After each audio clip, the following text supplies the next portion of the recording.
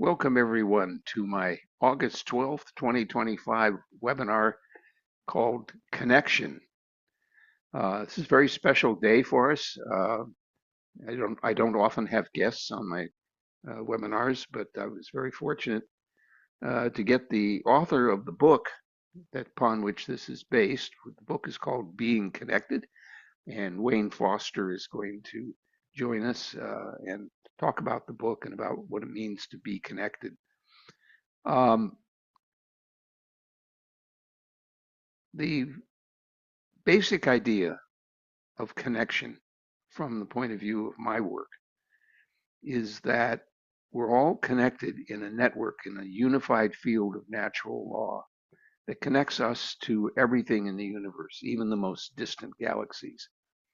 That network is, on its physical side, the unified field of natural laws. It's defined by a whole set of mathematical equations that basically talk about how the elementary material of the universe, all the elementary particles, are connected and interact and vibrate in this field that permeates the entire universe. But that field exists on its spiritual side in the field of consciousness, or to say it from the perspective of human awareness, the unified field is awake and conscious of its own existence. And that is one of those ultimately profound statements that, it's easy to say in a few words, and it's nice to summarize it that way. But to really sit and grasp what that means, to actually hold the experience that the field is awake. It's not just that each individual of us is awake, more or less awake, but that the field itself is awake and conscious of its own existence. And that as individuals, we can tune into that level of wakefulness and thus participate in the intelligence that is directing the entire, pardon me, the entire universe. So our webinar is based on this book, Being Connected, by Wayne Foster, which just blew me away when I read it, because it took us so deeply into this fundamental understanding that we do not exist in isolation. We don't exist in isolation from anything. We're part of a great universe, and we see how interconnections occur in animal species and between animals and the environment, um, and between humans and the environment. Um, and it's utterly, utterly profound and vastly important to our survival as a species, because we've reached a point in our existence where we literally are threatening our very survival. We got to that point, at least when we invented the atomic bomb, and we had the potential, as the nuclear weapons spread, we had the potential to literally wipe out the existence of not just human life on Earth, but possibly all life on Earth. We could possibly have sterilized the planet with radiation. And so the consequences of human existence have reached a point where we actually must take into account the fact that we are a part of nature, and that it's not just about a few individuals surviving and a few individuals thriving, but it's about all of us being able to continue to live on Earth and to have happy and healthy lives. It's all currently under threat, and that threat seems to be growing even as we speak, as we say. It's an increasing threat to the human existence. And so we must take that into account. And a lot of people have written on this, but for my presentation, we're going to talk about Wayne's book and the fundamental idea of connection. And we're going to draw on the work of Maharishi Mahesh Yogi, who wrote numerous books on consciousness, and the work of Dr. Tony Nader, who wrote a book just recently, Consciousness is All There Is, and which I have reviewed in a previous webinar. But tonight it'll be particularly relevant to this idea of connection between humans as individuals and as societies and the whole universe. So in this webinar, we're going to explore the connection between individuals and nature in many forms, and connection with and through awareness with the field or of the field of consciousness.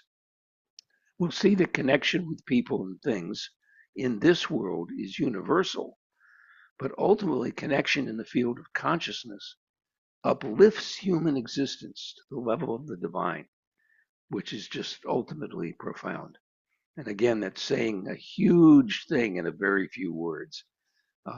And we want to just basically spend the evening together taking in what that really means, that consciousness, the field of consciousness, contact with that connection with that field of consciousness uplifts human existence to the level of the divine, which is ultimately profound.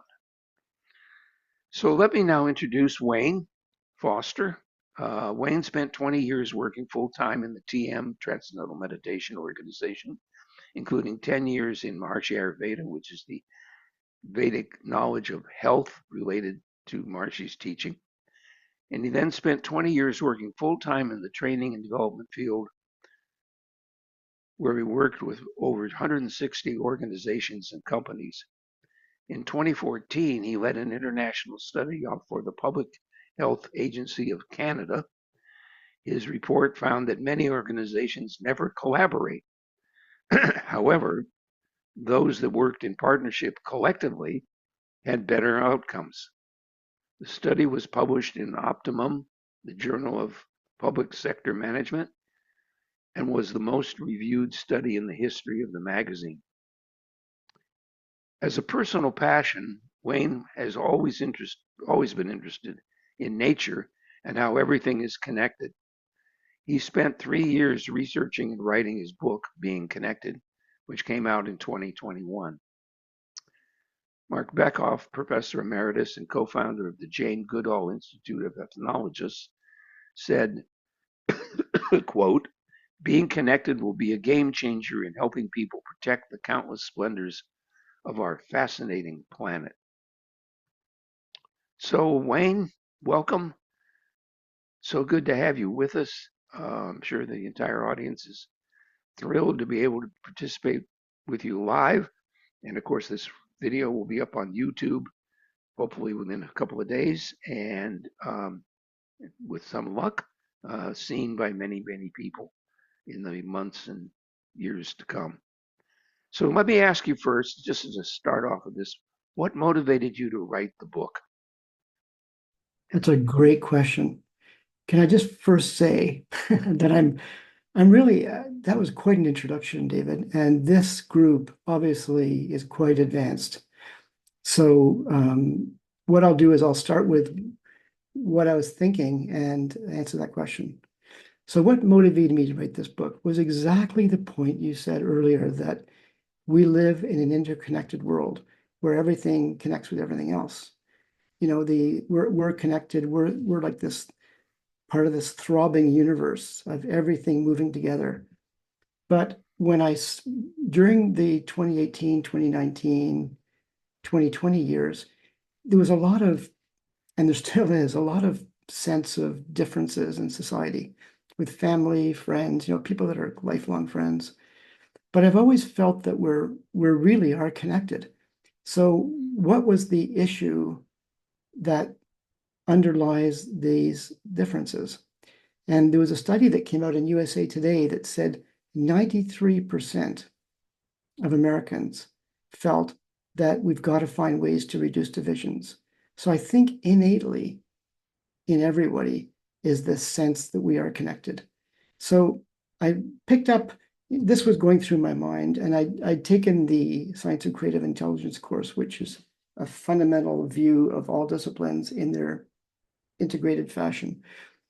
And I picked up an article by Humboldt, who was a famous explorer. And he had these experiences where everything in nature was a marvel to him. He created such great scientific theories, but he felt that humankind is connected. And he was on this voyage up a mountain in Ecuador. And as he got near the top, he had this epiphany, kind of enlightened experience as he looked out, that he felt that everything around him was connected. And he wrote about that. And, you know, we hear the name Humboldt, you know, colleges and towns and things, but I think it's gotten lost as to how great this individual was. And of course, having studied, you know, under Maharishi Mahesh Yogi in the science of creative intelligence, which is the same concept of understanding, you know, in a profound way, how everything is connected, I thought I've got to start to write a book. And that was it. That was the story. Terrific. Terrific. Um, I should ask you a little bit about the inspiration for the organization of the book, the selection of the particular domains of connectedness that you used, Mm. and then this idea about including a little section at the end of each chapter, which is on each domain, of the human connection. Mhm. So tell So us about that's how you got to that organization. yeah, that's a great question. There's a very purposeful structure to this book. You know, I kind of thought of the mandalas. It's got 10 chapters, 10 mandalas, but it starts with the wholeness and it ends with wholeness. And then it breaks it into pieces as you go along. Each chapter sort of breaks it into pieces. And then it sort of comes together at the end, you know, this whole idea of togetherness at the end of the book. But so I was going through, and you probably, you know, I'm sure you've published, David, but you know, when you've written a lot of things, you realize that there's mountains of paper in the end. And I had mountains of things. And then I started to group it. And I would write a chapter and I would send it to friends. And one of my friends that I sent it to was the actor Alan Arkin. And so I sent him the introduction and some of the parts, and he said, you know, I'd suggest this and this. And then I did that about 2 or 3 times until he said to me, enough, enough, enough, enough. My son owns an editing company, Matthew Arkin. And he said, he should help you to structure, you need a structural editor to structure the book. So I sent it to Matthew, and he was brilliant in the way that he sort of helped me to structure some of the sections of it. The idea of the human connection was my idea because I wanted to take the ideas that we see in nature and reconnect them back to what does it mean for us? You know, what does that mean for humankind? But he came up with this idea of the little call outs and things like that. So the book has a purpose. The structure of the book has a purpose to it. And each little section is a topic. And then how does that connect to human nature? Terrific, terrific. So what's your favorite example in nature of connectedness? Maybe even more than one example. You don't have to Well, have just one. well, that's a great question. You know, there's kind of a theme that I discovered, and this was hard to separate out. But the theme idea was around the idea of quorum sensing. And it sounds like you know, it sounds exactly as what it is that when a certain group of species, like fish, for example, you know, they do this thing where they're shoaling and they're swimming and they're doing things. When a certain number, critical mass, starts to swim in a school, come together, then there's a shift in behavior of the whole organism and everything starts to shift into a school. And that idea of quorum sensing is one of the chapters, but I mean, it's threaded throughout the book. For example, bees. You know, bees are remarkable. They have the neural density of a bee's brain is 10 times that of a human. You know, not that we've got more connections, but it's very dense and they're incredibly intelligent. So in quorum sensing, if you have a hive, and let's say that some natural thing comes along and causes a problem with the hive, what happens is that the the cluster of bees as a group sends out these scouts, and it's a a group of bees that go out and they all go in different directions and they kind of scout to see where a new hive could be, and then they fly back to the nest and they meet in a small group. A small group of bees gather around, and each bee comes back and reports to the group as to what it found. And it does this thing called a waggle dance, which is a little dance. And the dance is information that tells you what direction they came from, what's the water sources, is there a lot of food around, is it close to where we are right now? And each one does a dance. And then collectively they're watching this, and then they decide as a group, okay, this bee has the best thing. And then the whole hive collectively goes together and moves to that new site. And that kind of, we're only discovering the tip of the iceberg in this thing. But that idea is in everything in nature. Ants, for example, do the same thing. Ants listen with their they don't have ears like we do, but they listen with their feet. They sense vibration and pheromones and chemicals and things. So they actually pick up information off other ants. And when an ant colony gets destroyed or something happens to it, they have to move. Scouts go out, they come back, they form a small group circle, and then they sit there and nobody has any idea how they're communicating. But somehow they transfer the information and the whole ant colony goes to the new place. So, a small group influences a big group. So in the human connection part of it, sorry, it's a long-winded answer, sorry about that. But the human connection part of it is that, as people, if we're meditating, like if people meditate together, do yoga or whatever, if there's a sense of coherence among that group of people, then it has a positive benefit on society. And just in the same way, we as individuals, we have our own collective things. Our brains are a collective group of neurons that shift in patterns. And as friends and family, we also have a collective. And taken together, that kind of idea of harmony can have a very positive influence on a whole society. Do you remember that? I forget where I heard it. The bus conductor effect. Did you ever heard of that thing? The bus conductor effect. The bus driver, it's a British No, I saying. don't know that one. It's a British saying, right? So a bus conductor is driving a bus and he's like a happy person. And every person that gets on the bus, he sort of greets them in a happy way. And then Mm, those people go off and they greet other people in a happy way. And the bus conductor, one person has a huge influence over a whole group of right. people.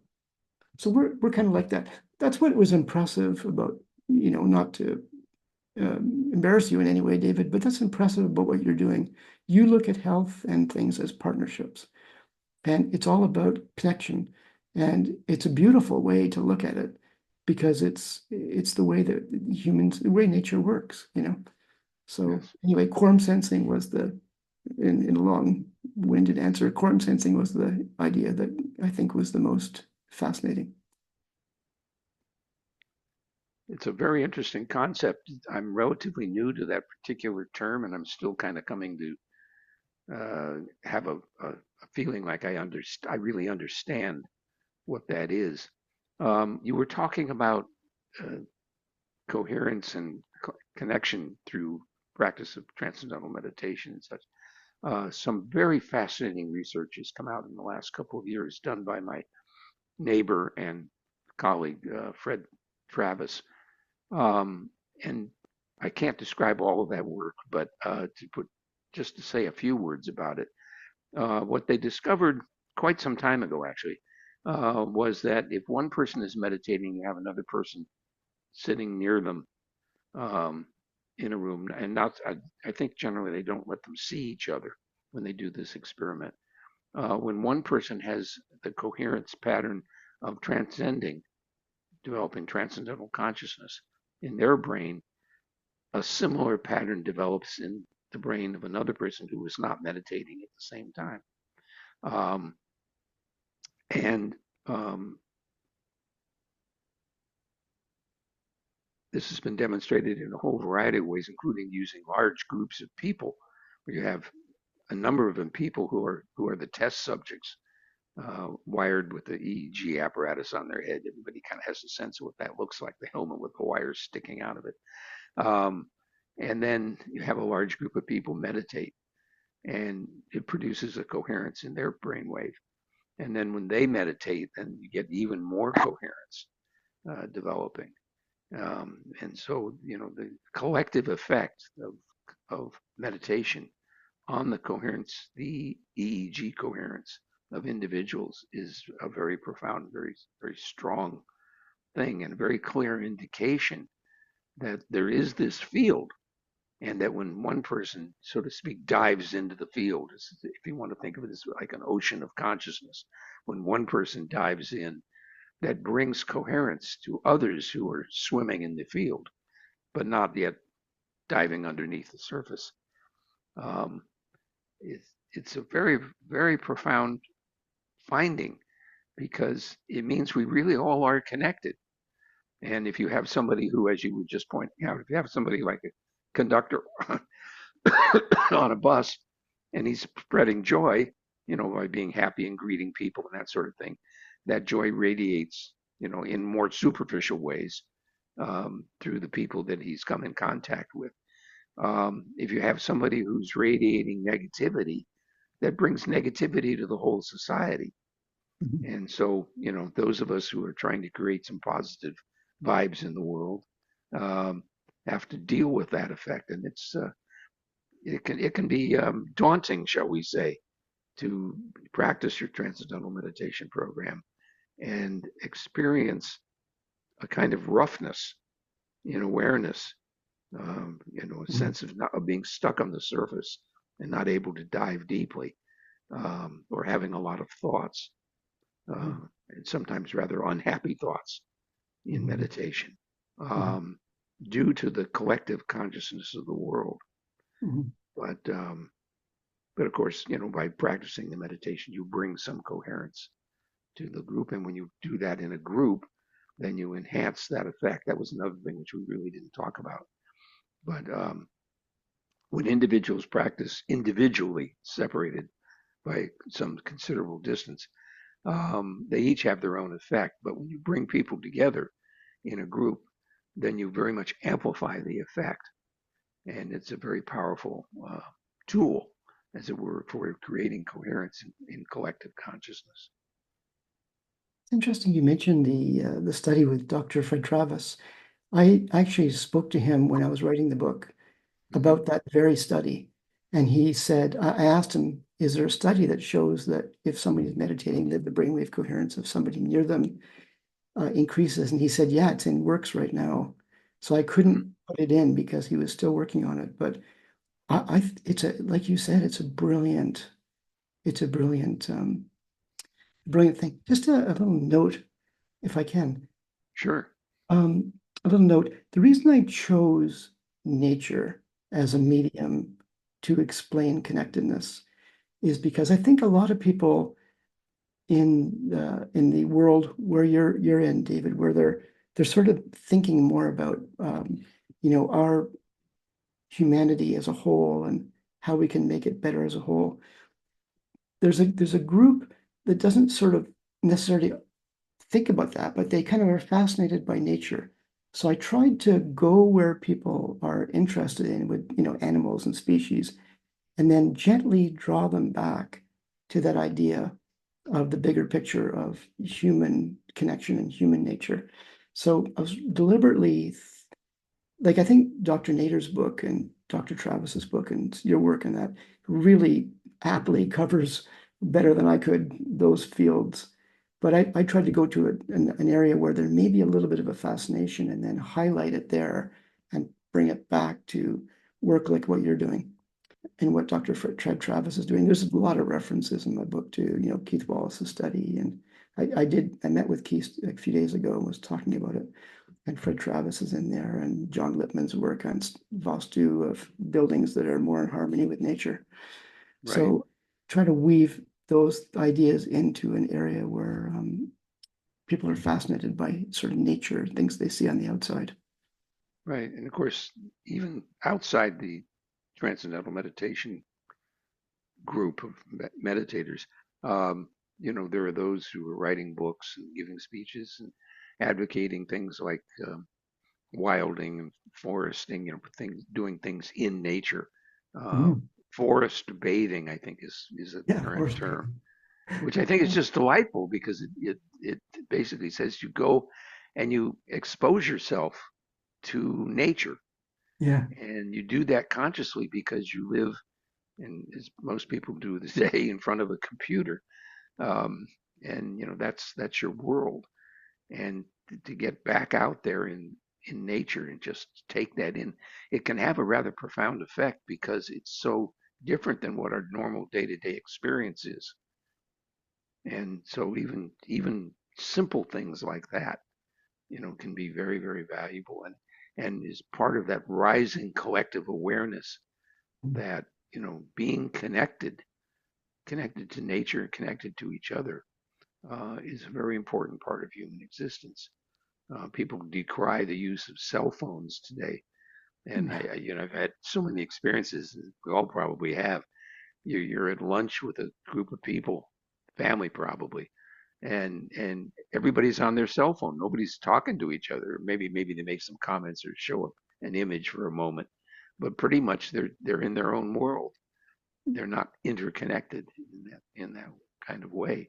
Not the way, for instance, you talk about a pilot and a co-pilot Mm. in an aircraft, and when they're doing the critical things of landing and taking off, particularly landing, that their coherence goes up, their brainwave coherence goes up because they're both focused on one task, and the coordination and communication that are required are very high, and they can't make a mistake. Mistakes are fatal. So, they really are focused, and so they become in sync with each other. I thought that was a wonderful example. Any other examples you'd like to talk about from the book or otherwise? I enjoyed your discussion of the when we were discussing doing this talk together. You talked about your experience going into nature. It really is healing. I mean, if you go into a deep forest, it's incredibly healing. There's so much going on in that, all that communication going on right under our feet. I mean, miles and miles of mycelium brainwave type brain mechanism connections are happening underneath us. One other example, I'll tell you a heartwarming story um, about connection. There was a in Africa, and I spoke to the person that had witnessed this. There was a ranch herder that had had camels, and they would take them out into the fields and into the forest, and then come back every day, as a ranch Mm. herder. And he went out one day and didn't come back. But later in the day, the camels came back. So the village got really alarmed. And, it was a small village. So they went out as a party, as a hunting party, like a party trying to find out what happened. And they went through, they traced through the thing and they found this big elephant, mother elephant, standing over the ranch herder up against a tree. And they thought, wow, he's being attacked or something. So, they were going to go and try and get rid of the elephant. And the ranch herder waved them back to stop. And he told the story that what happened was he was going through the woods with the camels, and the elephant was a mother elephant was with her young and was startled and charged him to push him away. And when she pushed him, he broke his leg. And then she felt really badly. This compassion happened. So she wrapped her trunk around him and lifted him up and carried him to the base of a tree and sat with him all night so that no predators would come until the village came to get him. And, you know, sometimes what we fear in nature is not necessarily needed to be feared. Mm. Species around us are incredibly sensitive to what we are.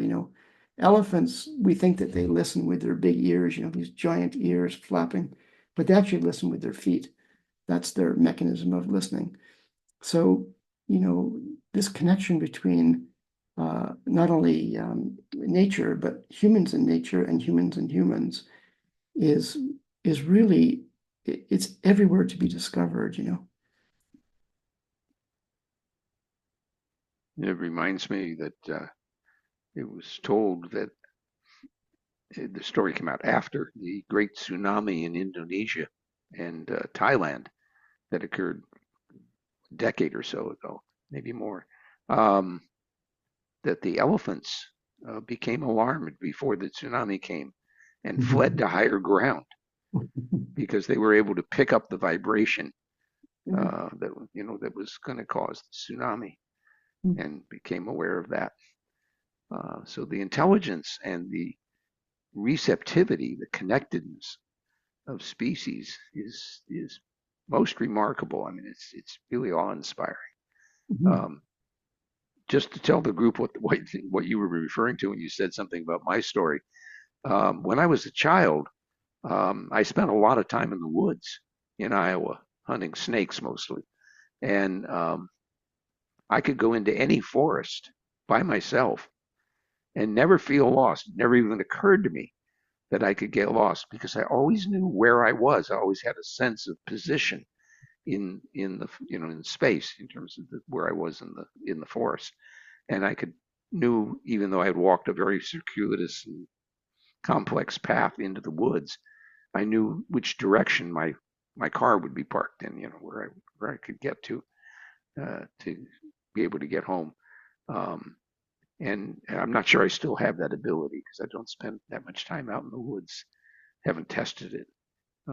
But it was a thing I was very aware of was my connection to nature and my comfort, profound comfort. I think is important to convey Mhm. that I was never lost. Mhm. I was never confused. I knew exactly where I was and what direction to go find my car. Mhm. Mhm. Yeah, So David, it really, the question it comes, emanates Wayne, from you. is there a second book coming out? Thank you. Yeah, I'd love to do a second book. I'm trying to find a medical doctor that understands about partnerships. If you know of any, let me know. Wayne is pulling my leg here. He's been hinting that he needs me as a partner to help I him with was another book. I always wanted a co-author to do another book, That and could be quite an adventure. I'm fascinated by that possibility because I've pretty much written off the possibility of doing a book on my own. I've thought about, taking the content of my webinars. I've got 80 something of them up on the internet, Mhm. um, 80 presentations. And Mhm. so I have a lot of material at hand, but Well, to that'd edit be that down and everything, I'm not sure that I'd ever want to undertake it.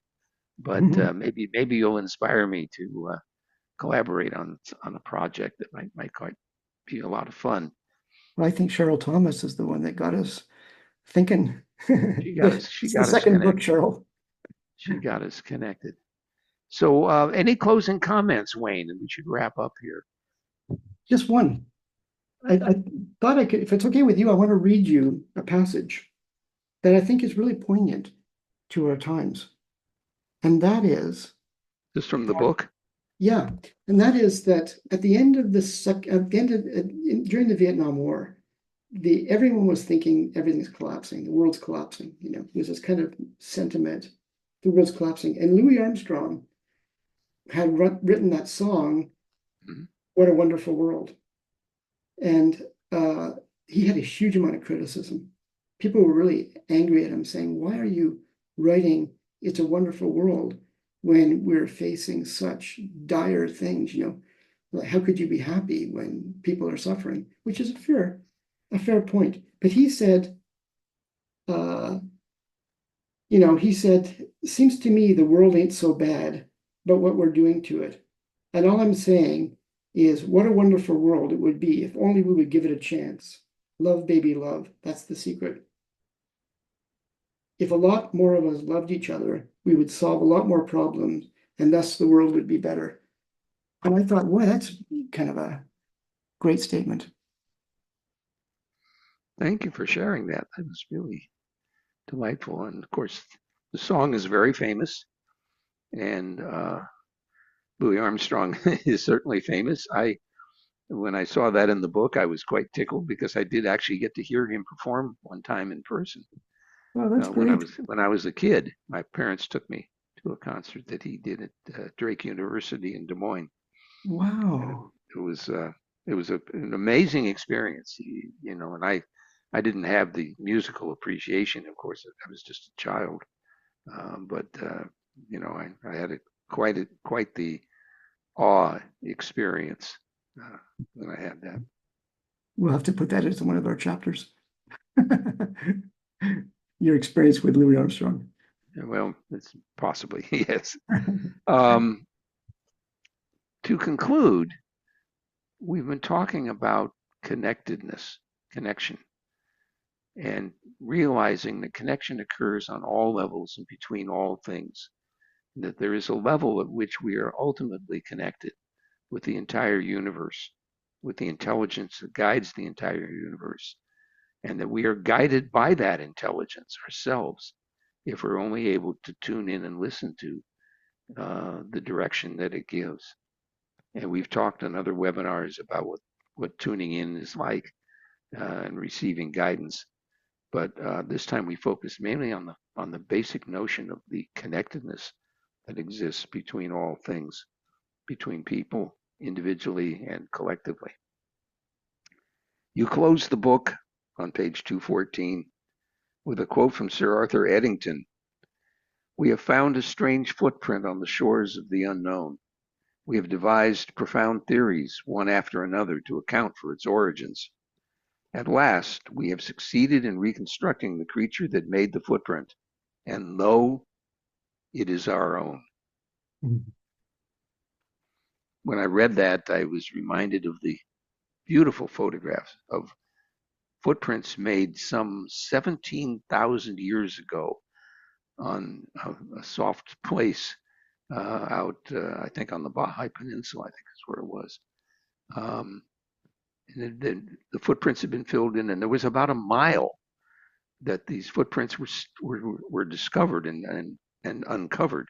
And so when it was all cleared away, you could see these footprints that which were now going to get washed away, but which had been preserved for 17,000 years. Looked like a mother possibly carrying a baby on one hip because there was an unevenness in the feet. Wow. And the footprints were remarkably familiar looking, meaning they weren't like a strange being, strange humanoid type being. It was like, no, those are clearly human footprints. That's exactly what they were.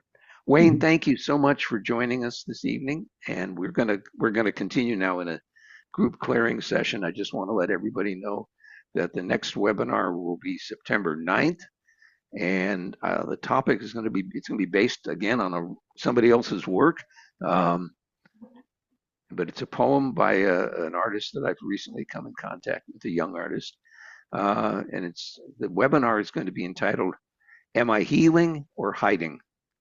Which basically means, am I getting better? Am I really working on myself? Or am I involved in an elaborate game of strategy to keep myself from changing at all? So, am I healing or hiding? September 9th. Okay, I'm going to end the recording here. Thank you. And then don't go away.